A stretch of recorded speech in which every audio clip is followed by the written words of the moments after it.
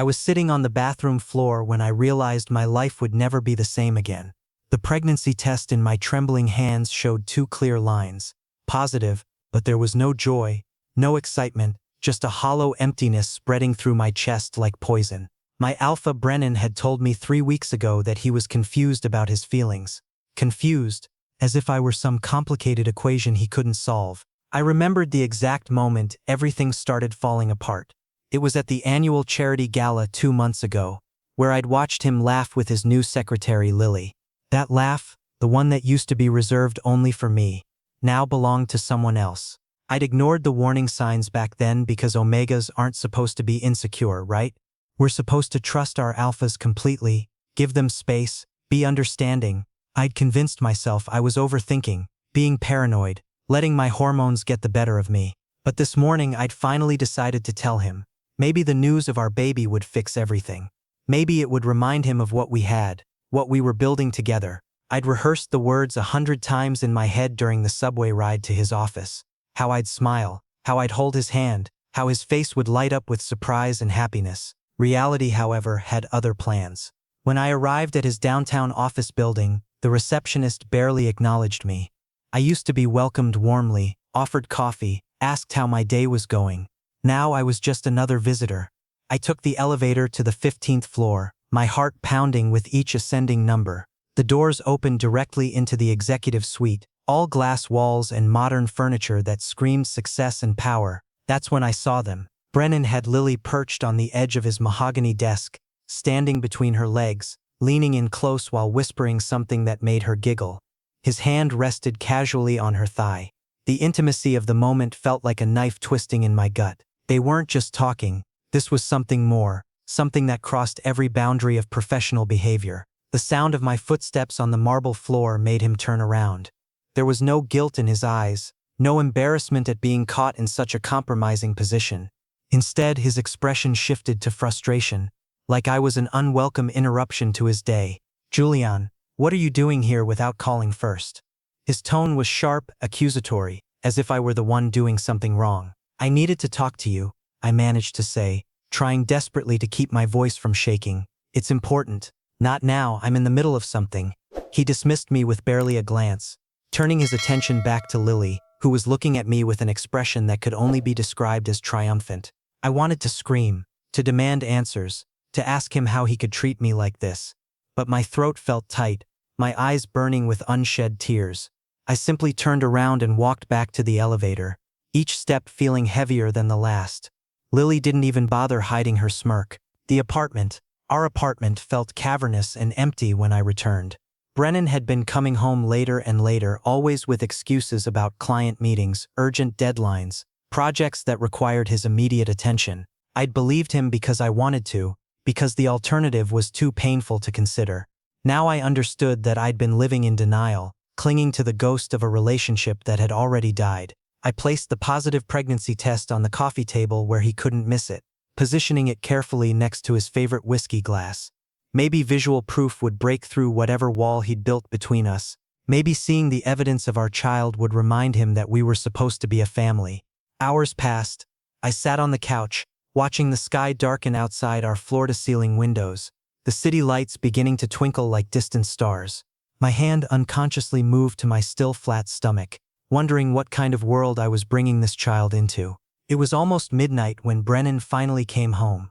He walked through the door with his tie loosened, jacket slung over one shoulder, not even glancing in my direction as he headed straight for the bedroom. The scent that clung to him wasn't just his cologne anymore.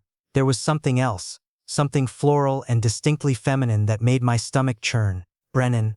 I called his name, my voice barely above a whisper. "Yeah." He didn't turn around, already unbuttoning his shirt as he walked. "I'm pregnant." The words came out flat, stripped of all the emotion I'd planned to pour into them. The silence that followed felt eternal. I watched his back stiffen, saw his hands pause mid-motion.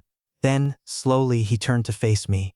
I'd expected shock, maybe even happiness.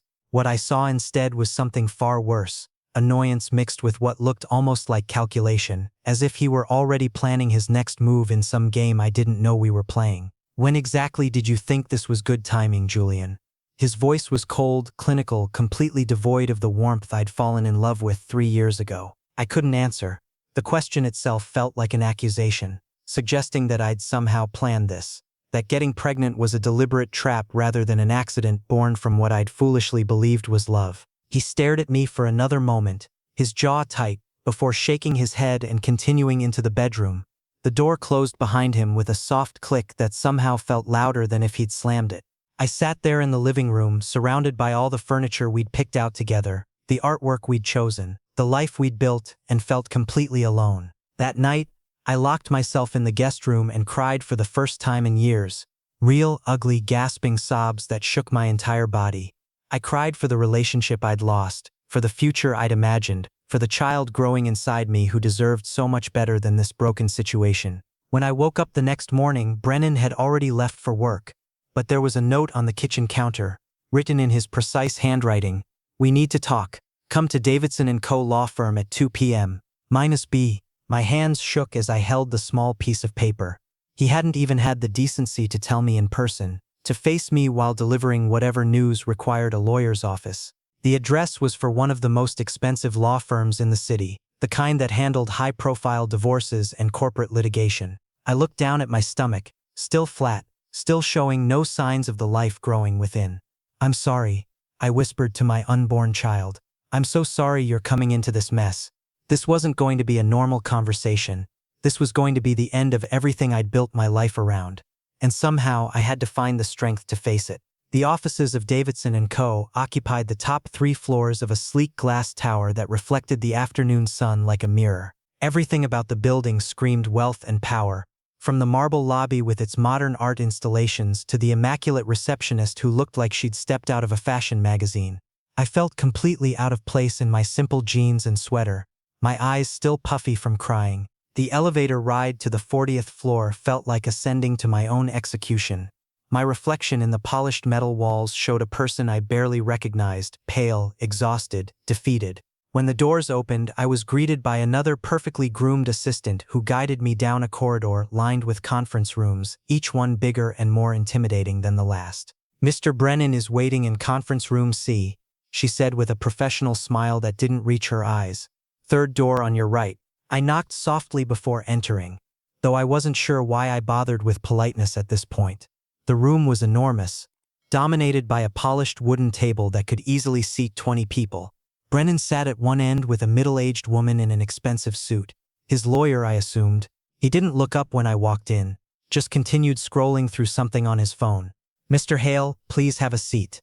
The lawyer gestured to the chair directly across from her, her tone professionally cordial but somehow still managing to make me feel like an inconvenience. I sat down, my legs feeling unsteady.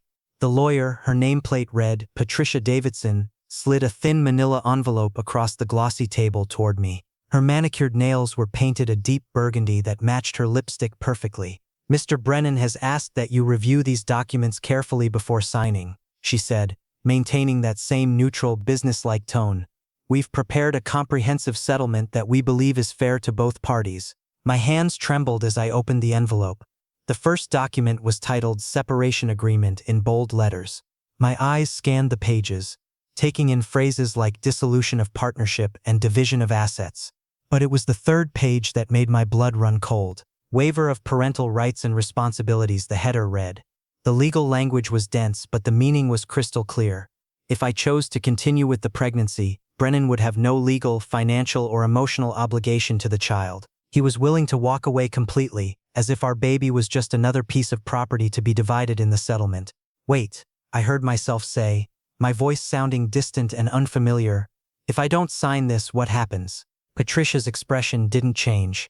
"Then Mr. Brennan will be forced to initiate a custody dispute.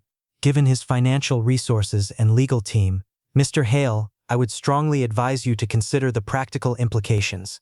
This settlement offers you financial security and a clean break. Fighting it would be costly, stressful, and ultimately futile. Practical implications. Financial security. Clean break." She made it sound so reasonable, so logical.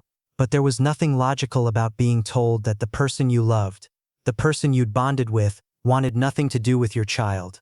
I looked at Brennan, really looked at him, hoping to see some flicker of the man I'd fallen for. Do you really want this? Is this truly what you want? For the first time since I'd entered the room, he met my eyes. There was no warmth there, no regret, no second guessing, just a cold, hard determination that told me everything I needed to know. Julian, I was clear from the beginning. I never wanted children. You knew that. His voice was matter-of-fact, as if we were discussing a business merger that had fallen through. This pregnancy wasn't planned. It wasn't something we agreed on. It wasn't planned for me either. My voice cracked, all my careful composure shattering. This is an accident, Brennan.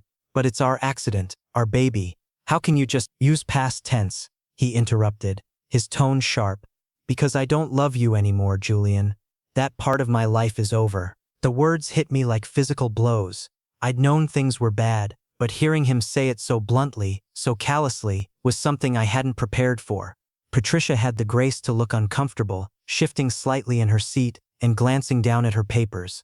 Brennan stood up, buttoning his suit jacket with practiced efficiency. Sign the papers, move on, it's better for everyone. Then he walked out, his footsteps echoing in the too large room, leaving me alone with his lawyer and the documents that would legally erase him from my life. Patricia pushed a pen toward me. Take your time reviewing everything. I'll be outside if you have any questions. I sat there for what felt like hours but was probably only 20 minutes. The words on the pages blurred together as tears I'd been fighting finally spilled over. Every clause, every legal term, every carefully worded sentence felt like another nail in the coffin of the life I'd imagined. Finally, with shaking hands, I signed my name on every required line. What choice did I have? Fighting a billionaire alpha in court while pregnant and homeless wasn't exactly a winning strategy. When I emerged from the conference room, Patricia was waiting with a sealed envelope. Your copy of the agreement along with the first settlement payment. The remaining installments will be deposited monthly for the next year. I took the envelope without speaking and walked out of that office, down the elevator, through the marble lobby and onto the street where the afternoon sun felt too bright, too cheerful for someone whose entire world had just collapsed. My parents had disowned me when I'd announced my bonding with Brennan 2 years ago. They'd called me a gold digger, accused me of chasing money and status instead of genuine connection. We hadn't spoken since. My friends were all from Brennan's social circle, people who would undoubtedly side with the wealthy alpha over the discarded omega. I had nowhere to go, no one to turn to. By evening, I'd checked into a budget hostel on the outskirts of the city. The room was tiny, barely large enough for the narrow bed and small dresser. The walls were thin enough that I could hear my neighbors' conversations, and the bathroom down the hall smelled like industrial cleaner trying to mask something far less pleasant. But it was cheap, and with careful budgeting, the settlement money would keep me housed and fed until I figured out my next move. The next morning, I forced myself to get up and take action. I couldn't afford to wallow in despair. I had a baby to think about now. A tiny life depending on me to make smart decisions. I found a free clinic that offered prenatal care on a sliding scale, and made an appointment for that afternoon. The waiting room was crowded with people in various states of need. I filled out the endless forms, providing my new temporary address and checking the box marked single parent. The words looked stark and final on the official paperwork. I was so focused on completing the medical history section that I didn't notice someone watching me until a shadow fell across my clipboard. I looked up to find a man standing a few feet away, tall with sharp features and intense gray-blue eyes that seemed to see straight through me. He was dressed expensively but not ostentatiously, his tailored suit speaking of wealth without shouting it. Julian Hale? He said my name like he'd been expecting to find me here. Like this meeting wasn't a coincidence at all. My heart rate kicked up, instincts screaming danger. Who are you? How do you know my name? He smiled, but there was nothing warm about it. The expression was calculated, measuring like a chess player studying the board before making a critical move. My name is Declan Frost, and I believe we have something in common, a mutual enemy who's caused us both considerable trouble. He didn't say Brennan's name. Didn't need to. The way he looked at me, the timing of this encounter, the knowledge in his eyes, it all pointed to one conclusion. This man knew exactly who I was, what had just happened to me, and he was here for a reason that had nothing to do with coincidence or concern for my well-being. This was something else entirely, something potentially dangerous. And yet, as I sat there clutching my medical forms in a free clinic waiting room, homeless and pregnant and utterly alone, I found myself wanting to hear what he had to say. Declan suggested we talk at the coffee shop across the street from the clinic. My first instinct was to refuse, to tell this stranger to leave me alone, but curiosity won out over caution. Besides, what did I have to lose at this point? My life had already fallen apart so completely that a conversation with a mysterious man who somehow knew my name seemed almost mundane by comparison. The cafe was one of those trendy places with exposed brick walls and industrial lighting, filled with people typing on laptops and having hushed conversations. We took a booth in the back corner where the ambient noise provided privacy.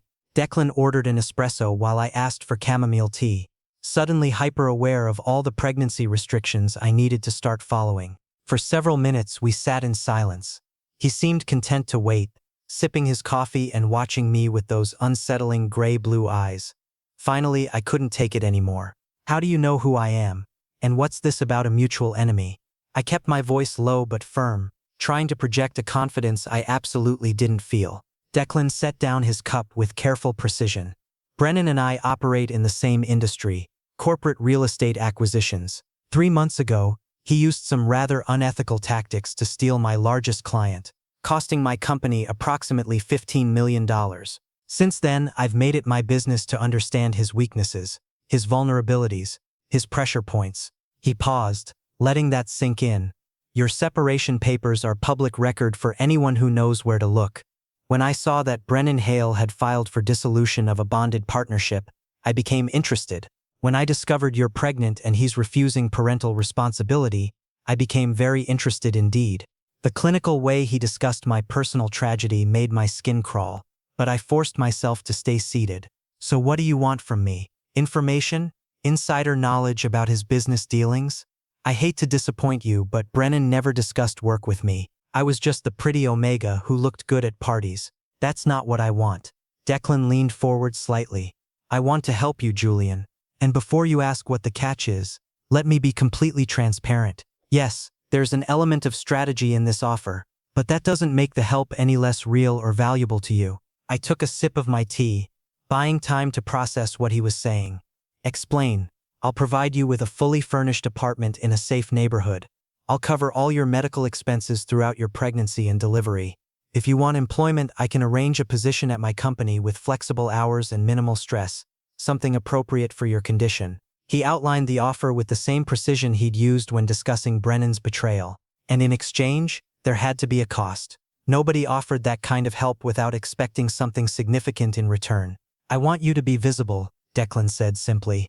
"Attend public events with me, charity galas, business dinners, industry conferences. Let Brennan see that the Omega he discarded is thriving, that you've moved on, found success, built a new life without him." I studied his face, looking for deception or hidden malice. "You want to humiliate him, make him look bad in front of his peers. I want to show him that his actions have consequences," Declan corrected. "And yes, watching him squirm will be satisfying. But Julian, think about what I'm offering you: stability, security, a chance to bring your child into the world without worrying about rent or medical bills or where your next meal is coming from." He wasn't wrong. The practical side of my brain, the part that had managed to get through college on scholarships and work-study programs, understood that this was an opportunity I couldn't afford to dismiss out of pride or principle. This would be strictly professional. I needed to establish boundaries, to protect what little dignity I had left. A contractual arrangement with clear terms. Absolutely. Declan pulled a folder from his leather briefcase and slid it across the table. "I had my lawyer draw up a preliminary agreement. Take your time reading it. You'll see everything is clearly defined. Your housing, medical coverage, the public appearances expected, duration of the arrangement. There's also an exit clause if at any point you become uncomfortable." I opened the folder and began reading. The legal language was clearer than the divorce papers I'd signed yesterday, less designed to obscure and more to illuminate. The terms were exactly as Declan had described: generous without being condescending, structured without being restrictive. There was even a clause guaranteeing that if I chose to terminate the agreement, I'd receive 3 months of continued housing support to facilitate my transition. "Why are you really doing this?" I looked up from the papers. "And please don't tell me it's just about revenge against Brennan. This is too elaborate, too generous for simple corporate rivalry." For the first time, Declan's carefully controlled expression shifted slightly. Something almost vulnerable flickered across his face before he locked it down again. Let's just say I understand what it feels like to be underestimated and discarded. To have people assume you're weak because you're an omega or soft because you feel things deeply. I built my company from nothing, fought every step of the way against alphas who thought I didn't belong in their world. He wasn't an omega. I would have sensed that, but clearly he'd faced his own battles. You're giving me a choice, I said slowly, understanding dawning. Brennan took away my choices, made all the decisions, but you're offering options. Exactly. Declan's slight smile was the first genuine expression I'd seen from him. You deserve agency in your own life, Julian. This arrangement gives you that while also serving my interests. It's honest, transparent, and entirely your decision. I looked down at the contract again, then at my reflection in the cafe window. The person staring back looked tired and lost, but not broken. Not yet. I had a baby to think about, a future to build. Pride wouldn't pay for prenatal vitamins or keep a roof over our heads. I need 24 hours to think about it, I said finally. Of course. Declan stood, leaving a business card on top of the folder. Call me when you've decided. Whatever you choose, I respect it. But we both knew what my answer would be. When you're drowning, you don't question the lifeboat. You climb in and figure out the details later. The next day, I called Declan and accepted his offer. Within 48 hours, movers were transferring my meager possessions from the hostel to a beautiful 2-bedroom apartment in a tree-lined neighborhood I could never have afforded on my own. The place was furnished with modern but comfortable pieces, the second bedroom already set up as a nursery with a crib and changing table. That first night in the new apartment, I stood in the nursery doorway, one hand on my still flat stomach. The setting sun painted everything in warm golden light, and for the first time in weeks I felt something other than despair. It wasn't quite hope, not yet, but it was close enough. We're going to be okay, I whispered to my unborn child. I promise you, whatever it takes, we're going to survive this. And maybe, just maybe, we'd do more than survive. Maybe we'd actually build something worth having from the ashes of everything I'd lost. 2 weeks after moving into the apartment, Declan informed me we'd be attending our first public event together.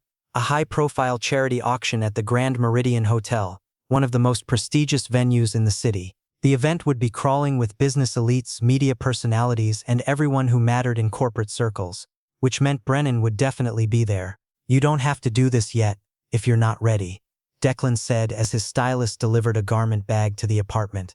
We can wait for a smaller event to ease you in. I shook my head, surprised by my own resolve. No, let's do this now. Waiting will only make me more anxious. The suit Declan had selected was impeccable, charcoal gray with subtle pinstripes, tailored so perfectly it felt like a second skin. When I looked at myself in the mirror, I barely recognized the person staring back.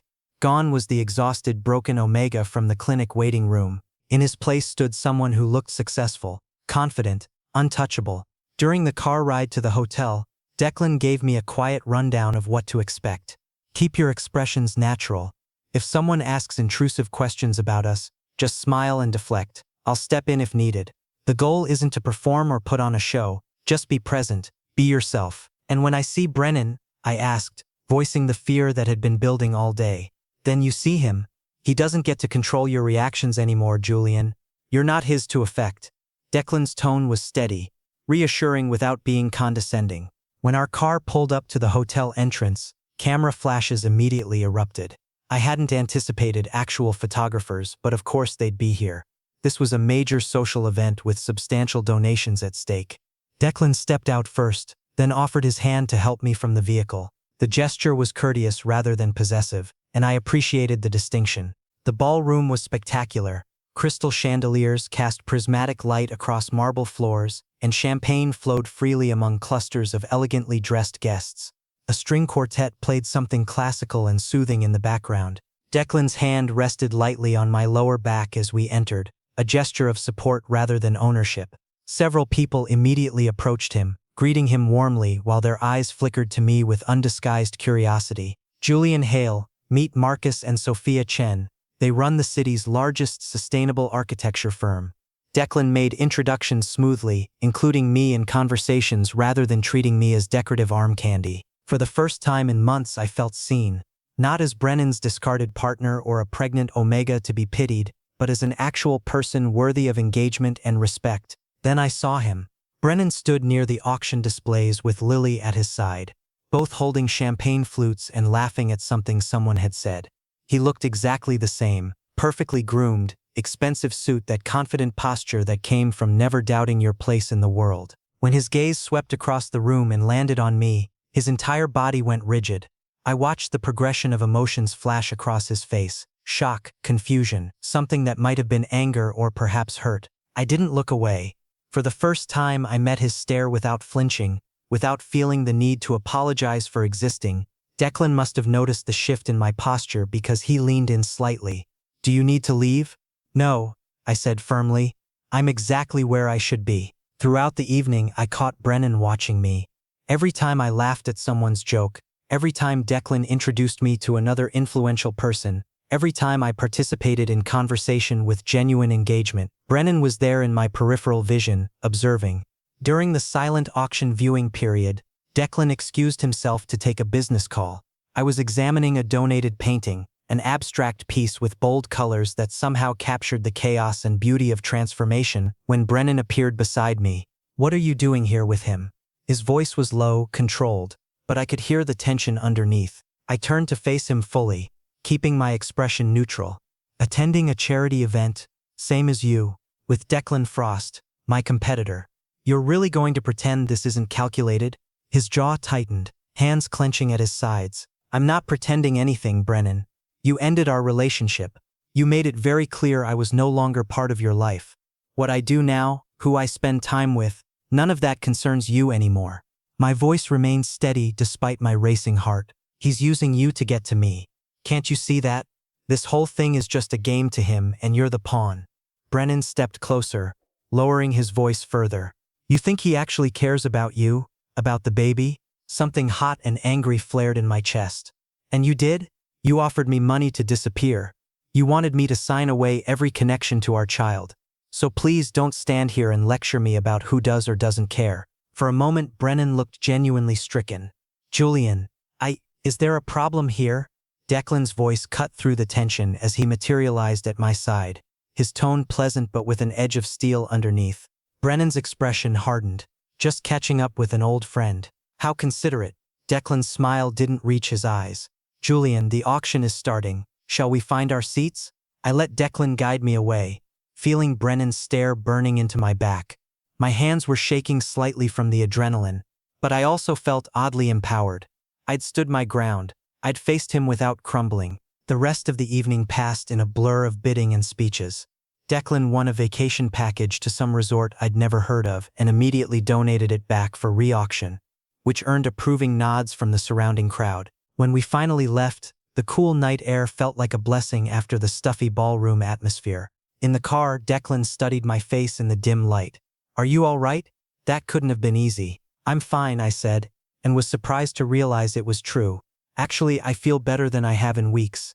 I faced him and the world didn't end. "He doesn't have power over me anymore." Declan smiled. A real smile this time, not the professional mask he wore for business. "You handled yourself remarkably well." "I'm impressed." But as I stared out the window at the passing city lights, I felt something shift in my chest. The bond I'd shared with Brennan, the one I thought would destroy me to lose, was still there, but it was fading. The sharp, aching pain had dulled to a manageable throb, and in its place, something new was growing. Something I wasn't quite ready to examine too closely. That night, as I lay in bed with my hand resting on my barely visible baby bump, I whispered to my unborn child, "We're going to be okay. Better than okay. We're going to build something real, something lasting, something that can't be taken away by someone else's cruelty." And for the first time since this nightmare began, I actually believed it. The following months developed a rhythm I hadn't expected. Declan proved to be remarkably attentive without being overbearing. He remembered my doctor's appointments, often offering to accompany me even though our arrangement didn't require it. When I developed strange cravings at odd hours, pickles with peanut butter at 3 in the morning, or that specific brand of mango sorbet that was only available across town, he'd either order it delivered or make the trip himself without complaint. We fell into an easy companionship.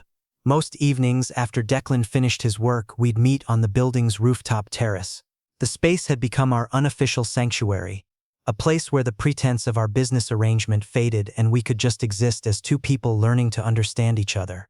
One particularly clear night, With the city spread below us like a carpet of stars, I finally worked up the courage to ask something that had been nagging at me. You've never really talked about yourself, Declan. Your past, your relationships. I know practically nothing about who you actually are beyond the successful businessman persona. He was quiet for so long I thought he might not answer. The wind ruffled his dark hair and the city lights reflected in his gray-blue eyes made them look almost luminous. I wasn't always like this, he finally said, his voice softer than I'd ever heard it. Closed off, calculating. Always 3 steps ahead. There was a time when I believed in vulnerability, in sharing everything with someone you trust. What changed? I asked gently. His name was Nathan. We met in graduate school. He was an alpha studying finance, and I was working on my business degree. We bonded quickly, or so I thought. I told him everything, my insecurities about coming from a working-class background in a world of inherited wealth, my fears about being good enough, my dreams of building something meaningful. Declan's hands tightened slightly on the terrace railing. When the relationship ended, he used every vulnerability I'd shared against me, spread rumors that I was emotionally unstable, too sensitive for serious business. He nearly destroyed my professional reputation before it even began.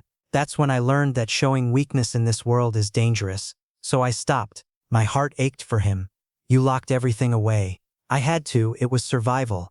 He turned to look at me then. But watching you these past months, seeing how you've maintained your kindness despite everything Brennan put you through, how you refused to let his cruelty turn you bitter, it makes me wonder if I gave up something essential when I built these walls. The air between us felt charged with something unspoken. I opened my mouth to respond, but my phone's harsh ringtone shattered the moment. Brennan's name glowed on the screen. I let it ring through to voicemail. Almost immediately, it rang again. And again. You should probably answer, Declan said quietly, already moving toward the terrace door to give me privacy. On the 4th call, I finally picked up. What do you want, Brennan? I need to see you. His voice sounded different, raw, stripped of its usual confidence. Please, Julian. Just once. I need to talk to you face to face. Why? What could you possibly have to say now that matters? Despite my harsh words, I could feel old reflexes trying to pull me toward him, the remnants of our bond creating a phantom ache in my chest. Because I made a terrible mistake, the worst mistake of my life. Lily was nothing, a distraction, an ego boost. I don't even know what I was thinking. What we had, what I destroyed. Julian, I can't stop thinking about it, about you, about the child we created together. The desperation in his voice was something I'd never heard before. Brennan didn't beg, he didn't plead, he commanded, decided, moved on. This version of him was completely foreign. It's been months, Brennan. You can't just— I know the timing is terrible, and I have no right to ask, but please give me 1 hour. Let me apologize properly. Let me show you I've changed. His voice cracked on the last word. Declan had left the terrace, giving me complete privacy. When I went back inside, he was in the living room, reading a book but clearly not focusing on it. He wants to meet, I said without preamble. Declan closed the book, his expression carefully neutral. And what do you want? I don't know. Part of me wants to tell him to go to hell. Part of me thinks I need closure, a proper ending to what we had. And part of me, I placed my hand on my now visible baby bump, wonders if I owe it to this child to at least hear what their biological father has to say. Then meet him. Declan said simply. Julian, I won't manipulate your choices or make you feel guilty for wanting closure. Whatever you need to do, I support it. The next afternoon, I found myself at a quiet cafe downtown, one of those places with mismatched furniture and local art on the walls. Brennan was already there and he looked different, thinner, with dark circles under his eyes, and an overall disheveled quality that was completely at odds with his usually immaculate appearance. Thank you for coming, he said as I sat down, his voice heavy with emotion. I'm here, talk. I kept my tone neutral, protective walls firmly in place. I destroyed the best thing that ever happened to me because I was scared. Scared of commitment, scared of vulnerability, scared of being tied down. Lily represented easy, no depth, no real connection, just surface-level validation, and I convinced myself that's what I wanted. He ran his hands through his hair, a gesture of frustration I remembered well. But Julian, every day since you left has been hell. I see you with Declan at these events, looking happy and whole, and I realize what I lost. Not just you, but the person I was when I was with you.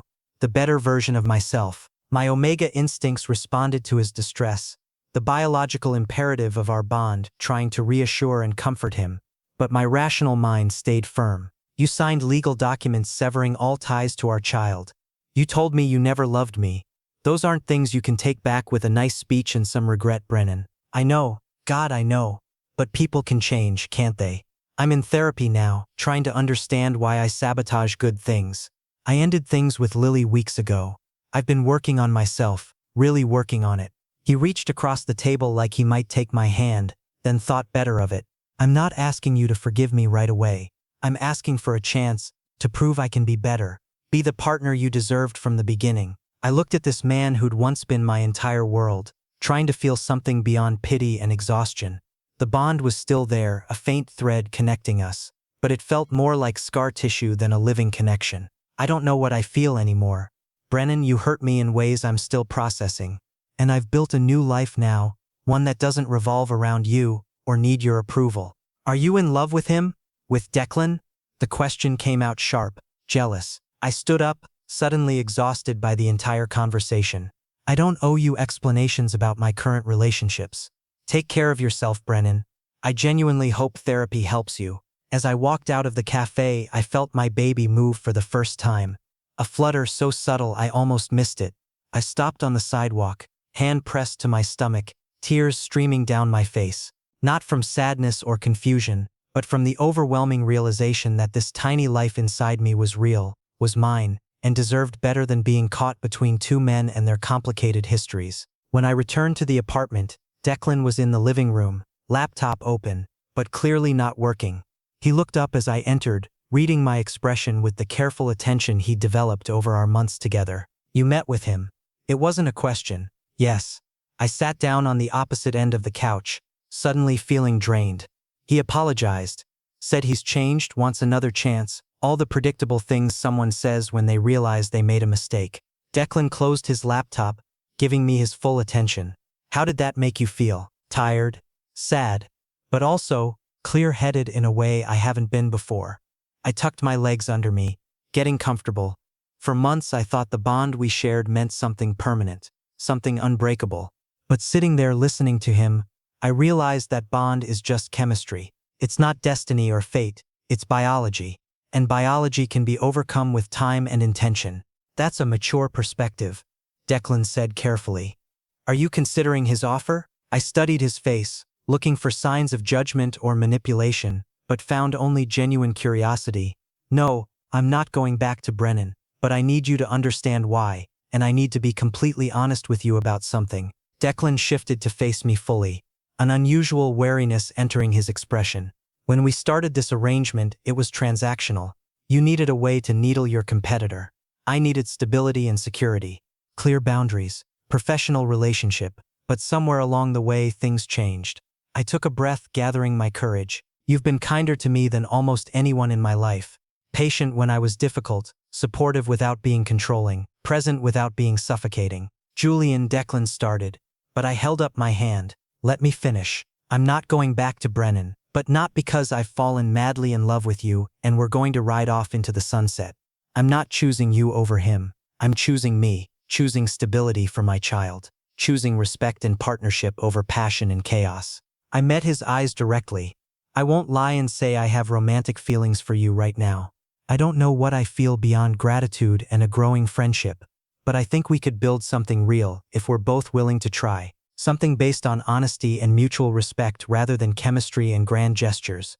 Declan was quiet for a long moment, processing my words. Finally, a slow smile spread across his face. You're proposing we start a relationship backwards, friendship first, see if romance develops naturally over time. Maybe, if that's something you'd even want. I know this wasn't part of our original agreement. I felt suddenly vulnerable, exposed in a way I hadn't anticipated. Julian, I told you months ago that you deserve agency in your own life.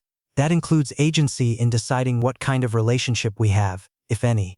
He moved closer on the couch, close enough that I could see the flecks of darker blue in his gray eyes. The truth is, I started caring about you weeks ago, not as a business arrangement or a means to an end, but as a person I genuinely enjoy spending time with. But, I prompted, hearing the unspoken reservation in his tone. But I won't be a rebound or a safe second choice. If we're going to try this, we do it properly, honestly, with the understanding that feelings might develop or they might not, and either outcome is acceptable as long as we're communicating. The relief that washed through me was profound. So we're doing this, really trying. Let's start with co-parents who are also friends, Declan suggested. We raise this baby together, support each other, see what develops naturally without forcing anything. No expectations, no pressure. 3 days before my due date, I made the final call to Brennan. He answered on the first ring, hope evident in his eager Julian. I need you to understand something clearly, I said without preamble. I'm not coming back. Not now, not ever. I appreciate that you're working on yourself, and I genuinely hope you find happiness. But that happiness won't include me or my child. The silence on the other end was heavy. Is it because of Declan? Because you love him? No, I answered truthfully. It's because I finally love myself. I deserve someone who chooses me consistently, not someone who realizes my worth only after throwing me away. My child deserves stability and presence, not a father who comes and goes based on whims and regrets. Julian, please. You can change, Brennan. I believe people are capable of growth, but this isn't my journey to share anymore. I need to move forward, and that path doesn't include you. I paused, feeling the finality of what I was about to say. I wish you well, I really do, but this is goodbye. I disconnected before he could respond, then turned off my phone completely. Declan was in his study, reviewing contracts. I knocked softly on the doorframe. It's done. I told Brennan we're not reconciling. He looked up, something unreadable flickering across his face. How do you feel? Lighter, clearer, ready to focus on what actually matters. I moved into the room, drawn by an impulse I didn't fully understand. I didn't choose you instead of him, Declan. That's important for you to know. This isn't about you being the better option in a competition. I know. He stood, crossing the small space between us.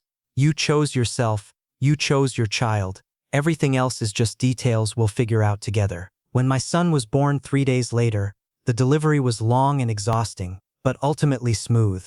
The nurses placed him on my chest, a tiny perfect human with gray-blue eyes and a dusting of soft brown hair. I couldn't stop staring at him. This miracle I'd created. Declan had been in the waiting room, not wanting to presume a place in the delivery room but not wanting to be far away either. When the nurse brought him in, he approached the bed with visible uncertainty. "Can I hold him?" he asked softly. I carefully transferred the baby into his arms, watching Declan's face transform as he looked down at my son. Our son in all the ways that mattered. I saw something break open in him. Tears slipped down his cheeks unchecked. "What's his name?" the nurse asked, tablet ready to record the information. I looked at Declan, and we spoke simultaneously. Ryder. As Ryder wrapped his tiny fist around Declan's finger, I felt something settle in my chest. Not passionate love or desperate need, but something steadier and more enduring. Partnership, respect, and the promise of something real being built one day at a time. "Thank you," Declan whispered, though I wasn't sure if he was talking to me or to Ryder or to some larger force that had brought us to this moment. I smiled, exhausted but genuinely happy. "We're going to be a good team, the best," he agreed. This wasn't the ending I'd imagined when I first saw that positive pregnancy test. But it was better, more honest, more grounded, more real. And as I watched Declan gentle Ryder back into my arms, I knew we'd built something worth protecting, something that could withstand whatever challenges came next. This wasn't an ending at all. It was a beginning.